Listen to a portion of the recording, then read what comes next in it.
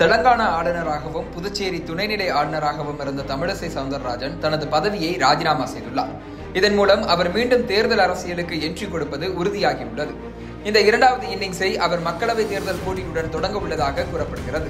கடந்த 2014ஆம் ஆண்டு தமிழ்நாடு பாஜக தலைவராக அறிவிக்கப்பட்ட தமிழிசை சவுந்தரராஜன் தாமரை மலர்ந்தே தீரும் என்கிற டேக்லைனோடு தமிழ்நாட்டின் மூலை முடுக்கெல்லாம் பாஜகவை கொண்டு சேர்ந்தார்.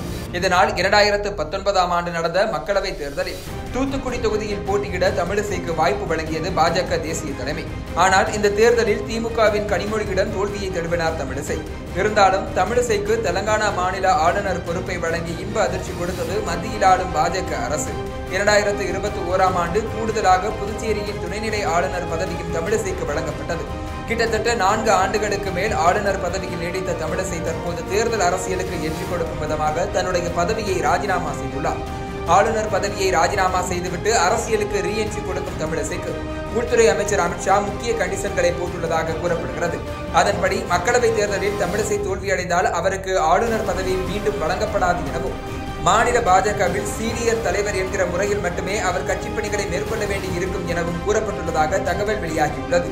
நடைபெறவுள்ள மக்களவைத் தேர்தலில் தமிழிசை சவுந்தரராஜனுக்கு புதுச்சேரி, கன்னியாகுமரி, நெல்லை, தூத்துக்குடி, தென்சென்னை ஆகிய தொகுதிகளில் ஒன்றில் போட்டியிட வாய்ப்பு வழங்க பாஜக தலைமை முடிவு செய்துள்ளதாக கூறப்படுகிறது.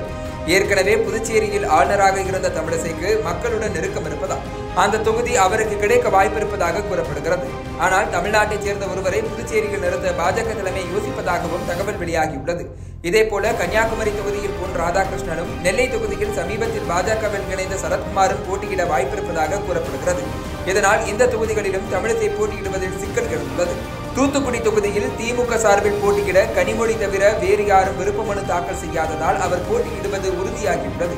இதனால் இந்த முறை கனிமொழிக்கு எதிராக நடிகை ராதிகாவை களமிறக்க பாஜக தலைமை முடிவு செய்துள்ளதாக கூறப்படுகிறது. இதனை அடுத்து தமிழிசை சவுந்தரராஜன் தென் சென்னை தொகுதியில் போட்டியிடவே வாய்ப்புகள் அதிகம் என பாஜக வட்டாரத்தில் இருந்து தகவல்கள் கசிந்துள்ளன.